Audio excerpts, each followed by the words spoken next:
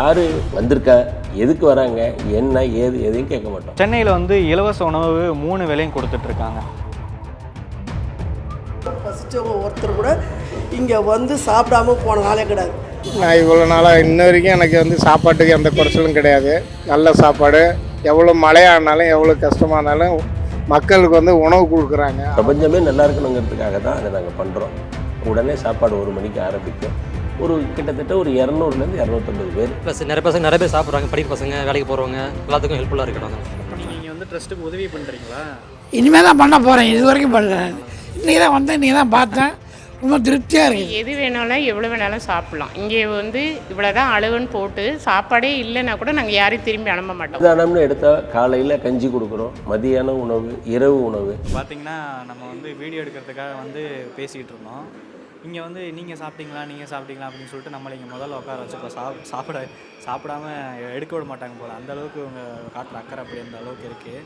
So நம்ம சாப்பிட்டு சாப்பாடு எப்படி இருக்குன்னு நான் இப்போ சொல்கிறேன் உங்களுக்கு. பார்த்திங்கன்னா 2 விஞ்சனம் வச்சுருக்காங்க.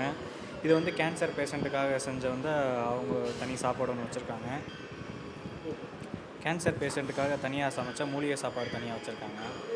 இதுதான் அது. இது எப்படி இருக்குன்னு சொல்லிட்டு பார்க்க சொல்லியிருக்காங்க நம்மளைய. மற்றபடி பொரியல் இருக்குது, இன்னொரு கூட்டு ஒன்று இருக்குது, அப்புறம் சாம்பார். இன்றைக்கி வந்து சாம்பார் வச்சுருக்காங்க. ஆனால் ஒரு நாள் வந்து ஒரு வகையான இன்றைக்கி சாம்பார் வச்சாங்கன்னா நாளைக்கு புளிக்குழம்பு, காரக்குழம்பு அந்த மாதிரி டெய்லியும் வச்சு கொடுத்துட்ருக்காங்க. நான் சாப்பிட்டு உங்களுக்கு எப்படி இருக்குன்னு நான் சொல்கிறேன்.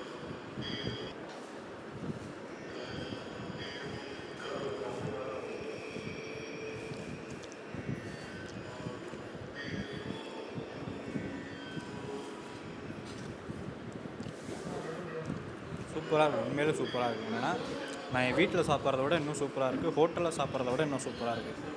எனக்கு சாப்பிட நான் காலையில் சாப்பிடலை மெயினாக.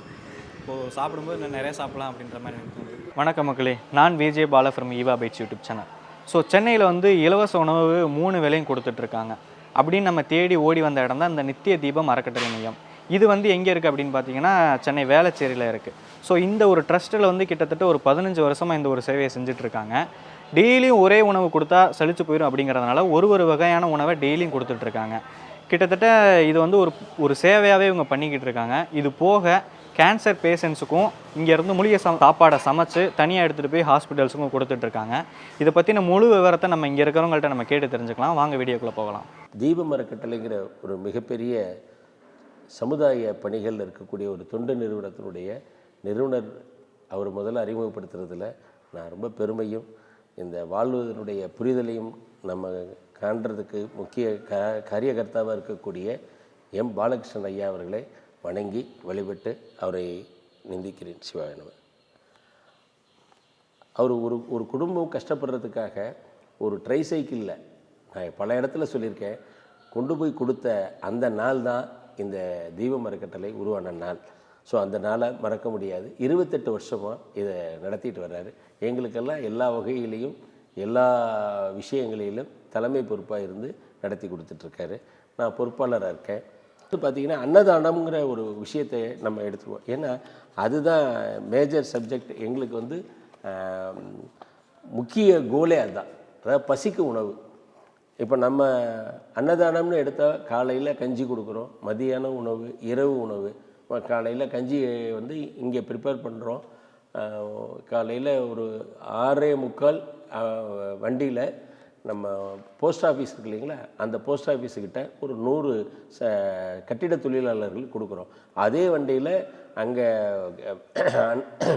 அடையார் கேன்சர் ஹாஸ்பிட்டலுக்கு ஒரு 75 பேர் பேஷண்ட், ஒரு 25 பேர், ஒரு 50 பேர், கிட்டத்தட்ட 100 பேர் அங்கே வாங்குவாங்க. காலையில் காலையில் 7லேருந்து 7:15 அங்கே டெலிவரி பண்ணிடுவோம். அதற்கு வந்ததுக்கு பிறகு இங்கே வந்து இங்கேயும் ஒரு 125 பேர் 150 பேர் காலையில் கஞ்சி சாப்பிடுவாங்க. கஞ்சின்னா இது வந்து நம்ம சாதாரணமாக இருக்கிறது இல்லை. வள்ளலார் ஐயாவுடைய மருத்துவ கஞ்சி, மருத்துவ குணம் கொண்டது. அது நாங்கள் இப்போ வந்து அந்த பேஷண்ட் இருக்கிறதுனால தான் நம்ம வந்து அதை வந்து மூலிகை இல்லாமல் மூலிகை பொடியாக்கி அதில் வந்து மருத்துவ கஞ்சியாக கொடுக்குறோம். மதிய உணவுன்னு எடுத்திங்கன்னா கிட்டத்தட்ட ஒரு 12:30க்கெல்லாம் மக்கள் வர ஆரம்பிச்சிருவாங்க. No colours. யார் வந்திருக்கா, எதுக்கு வராங்க, என்ன ஏது எதையும் கேட்க மாட்டோம். அவங்கெல்லாம் லைனில் வருவாங்க, வந்தால் உட்காருவாங்க. நாங்கள் வந்து ஒரு கூட்டு பிரார்த்தனை 1 மணிக்கு எங்களுடைய தாரக மந்திரம் வள்ளலார் ஐயா கொடுத்த மகா மந்திரத்தை ஓதி 3 முறை சொல்லி அந்த எல்லா பிரபஞ்சமே நல்லா இருக்கணுங்கிறதுக்காக தான் அதை நாங்கள் பண்ணுறோம். உடனே சாப்பாடு 1 மணிக்கு ஆரம்பிக்கும். ஒரு கிட்டத்தட்ட ஒரு 200லேருந்து 250 பேர் பகல் நேரத்தில் வந்து சாப்பிடுவாங்க. வயதானவர்கள், இளைஞர்கள், குழந்தைகள்லேருந்து எல்லாருமே. பசிக்குது அப்படின்னா நேராக அவங்க வந்து தீபமரக்கட்டளைங்கிற அந்த வள்ளலார் கோயில், இதை நான் கோயில்னு சொல்கிறதுக்கே காரணம் என்ன அப்படின்னீங்கன்னா, இங்கே உருவ வழிபாடு கிடையாது, ஜோதி வழிபாடு. இந்த அன்னதானத்தினுடைய மேஜர் இது வந்து என்னென்னா, எங்களுடைய நன்கொடையாளர்கள் 28 வருஷமாக எங்களுக்கு வந்து இரவு பகல் பார்க்காம அவங்களுடைய உழைப்பிலிருந்து எங்களுக்கு எடுத்து கொடுக்குற ஒரு பங்கு தான் இன்றைக்கி இந்த இவ்வளோ பெரிய ஒரு வளர்ச்சி கண்டிருக்கிறதுக்கு காரணம் எங்களுடைய நன்கொடையாளர். இந்த இடத்துல அவங்கள வந்து நான் சொல்ல ரொம்ப பெருமைப்பட்டுக்கிறேன். அதுக்கடுத்து பார்த்திங்கன்னா கல்வி அப்படின்னு போட்டிருப்போம். இந்த கல்வியில் நாங்கள் என்ன பண்ணுறோம் அப்படின்னிங்கன்னா, இந்த வருஷம் கூட ஒரு 120 குழந்தைகளுக்கு அவங்களுடைய ஃபீஸ் ஸ்ட்ரக்சரை அந்த காலேஜுக்கே அனுப்புகிறோம். ஸ்டேட் அவங்களுக்கு கையில் கொடுக்க மாட்டோம், காலேஜுக்கே ஃபீஸ் ஸ்ட்ரக்சர்ஸ் கொடுக்குறோம். கிட்டத்தட்ட பார்த்திங்கன்னா 13-15 லட்ச ரூபா, போன வருஷம் கிட்டத்தட்ட 12 லட்ச ரூபா. இந்த மாதிரி பல லட்சங்களை வந்து நம்ம அவங்களுக்கு கொடுக்கறதுக்கு என்னென்னா, கல்வியும் இரு கண்கள். எந்த அளவுக்கு வந்து பசி முக்கியமோ அந்த அளவுக்கு கல்வியும் முக்கியம். அதை வந்து முன்னெடுத்து அதையும் நாங்கள் பெரிய விஷயமாக பண்ணிகிட்ருக்கோம். ஸோ அடுத்த இதை வந்து நம்ம வாழ்வாதார உதவி யாருக்கு அப்படின்னா, பார்வையற்றவர்கள். இங்கே இருக்குது பார்த்தீங்களா, இதை ஃபோக்கஸ் பண்ணுங்கள். இதில் 80 பேர், அதில் 40 பேர் பார்வையற்றவர்கள், 40 பேர் ஊனமுற்றவர்கள். இந்த இப்போ கூட வந்திருக்கிறாங்க. இன்றைக்கி மாதம் முதல் வெள்ளிக்கிழமை காலையில் 9 மணிக்கு ஆரம்பிப்பேன்.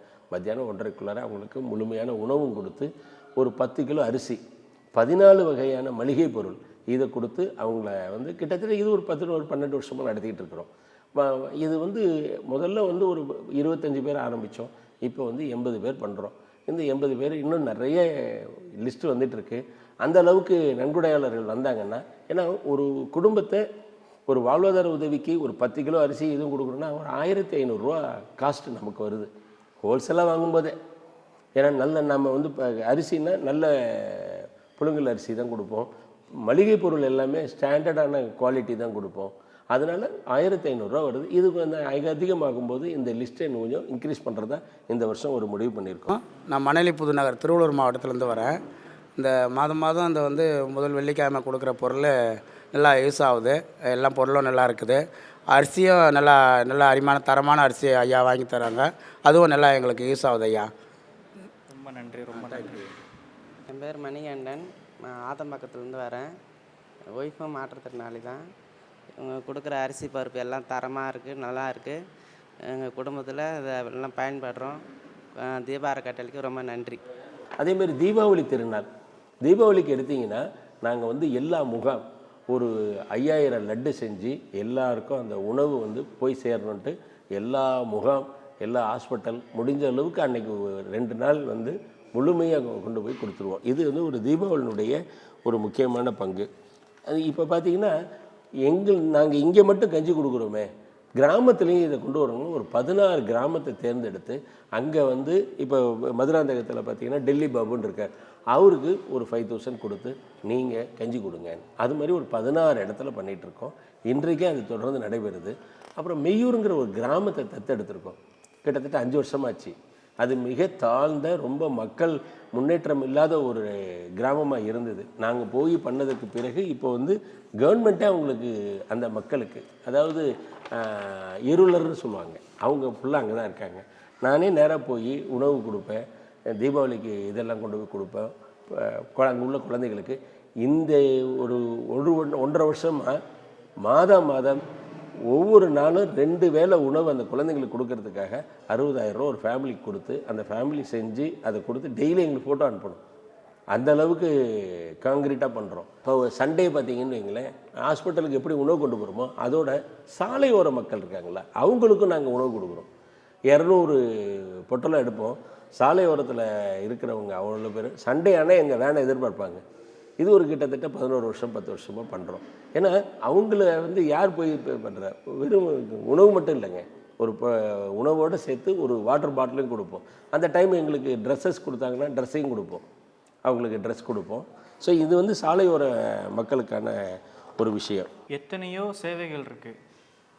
உணவை இலவசமாக கொடுக்கணும்னு ஏன் இந்த ட்ரஸ்ட்டில் வந்து இந்த முக்கியம்? நல்ல கேள்விக்கு. அதாவது நீங்கள் உங்களுடைய உடல் உபாதைகளை நீங்கள் எப்படி வேணாலும் சரிப்படுத்திடலாம். ஆனால் பசிங்கிற ஒரு இதுக்கு உணவு ஒன்று தான் மருந்து. பசிக்கு வந்து உணவு தான் மருந்து. பசிக்கு வேறு எந்த மருந்தும் இல்லை. உணவு கொடுத்தா தான் அந்த பசிங்கிற நோய் தீரும். ஆனால் அதனால தானத்திலே சிறந்த தானம் நம்ம வந்து உணவு தானம். அடுத்து தான் ஆடை சொல்கிறோம், இடம் சொல்கிறோம், மற்ற எல்லா தானமும் 16 வகையான தானங்கள் இருக்குது. வணக்கண்ணா. வணக்கம் சார். உங்கள் பேருண்ணா? முருகன். முருகன். எத்தனை வருஷமாக இந்த ட்ரஸ்ட்டில் நீங்கள் சமைச்சிட்ருக்கீங்க? நான் ஒரு 20 வருஷமாக இருக்கேன். சரி, ஓகே. டெய்லியும் எத்தனை வகையான சாப்பாடு? ஒரு நாளும் டெய்லி கஞ்சி போவோம், கேன்சர் ஆஸ்பத்திரிக்கு போவோம். கஞ்சி 5:30 மணிக்கு வருவோம், கஞ்சி ஏற்றுவோம். 7 மணிக்கெலாம் வெளியே போயிடும். அதுக்கப்புறம் ஏதாவது ஒரு வெரைட்டி ரைஸு டெய்லி கொடுப்போம் கேன்சர் ஆஸ்பத்திரிக்கு. அதுக்கப்புறம் இங்கே ஒயிட் ரைஸு, சாம்பார் ரசம், வடை பாயசம்னா வடை பாயசம். ஒரு நாளைக்கு என்னென்ன சாப்பாடெல்லாம் செய்வீங்க நீங்கள்? இங்கே டெய்லி செய்கிறது வந்து ஒயிட் ரைஸு, சாம்பார் ரசம், கார குழம்பு அப்படி வைப்போம். ஆஸ்பத்திரிக்கு போகும்போது அது ஒரு நாளைக்கு ஒரு வெரைட்டி. சாதம், புதினா சாதம், சாம்பார் சாதம், லெமன் ரைஸு, அந்த மாதிரி பிரிஞ்சி அந்த மாதிரி போடுவோம். ஒரு நாளைக்கு எத்தனை பேர் இங்கே வந்து சாப்பிட்றாங்க? இங்கே வந்து ஒரு 250-300 பேர் சாப்பிடுவாங்க. கேன்சர் பேஷண்ட் எத்தனை பேர்? அங்கே 150 பேர் போகும். ஓகே. காலையில் கஞ்சி போயிடும் 100 பேருக்கு.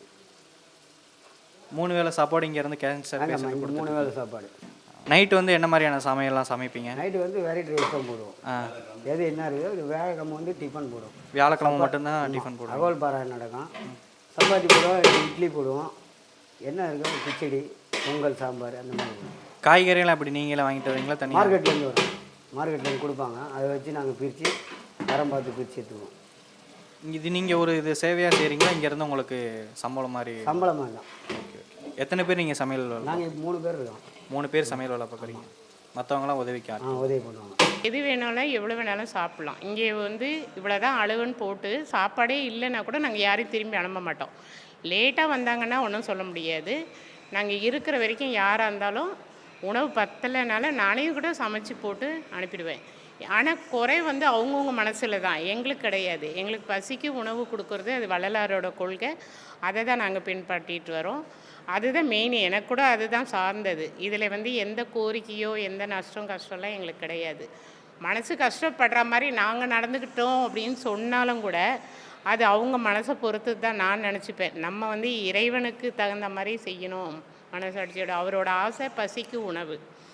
அந்த ஒரு குறிக்கோளோட தான் நாங்கள் பழகிக்கிட்டு இருக்கோம். அது வரைக்கும் வரவங்களுக்கெல்லாம் பார்க்குறோம்.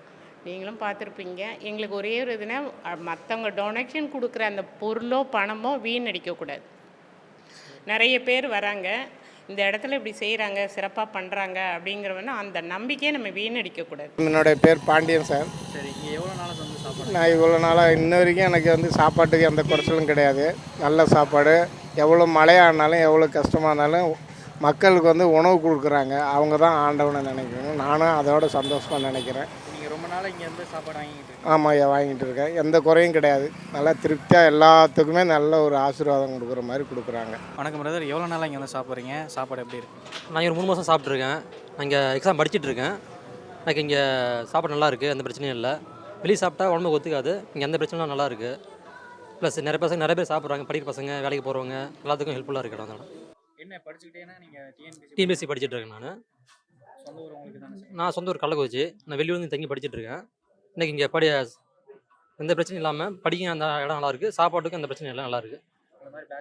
நிறைய பேர் சாப்பிட்டு இருக்காங்க. நீங்கள் இங்கே வந்து ட்ரஸ்ட்டுக்கு உதவி பண்ணுறீங்களா? இனிமேல் தான் பண்ண போகிறேன். இது வரைக்கும் பண்ணல. இன்றைக்கி தான் வந்தேன், இன்றைக்கி தான் பார்த்தேன்.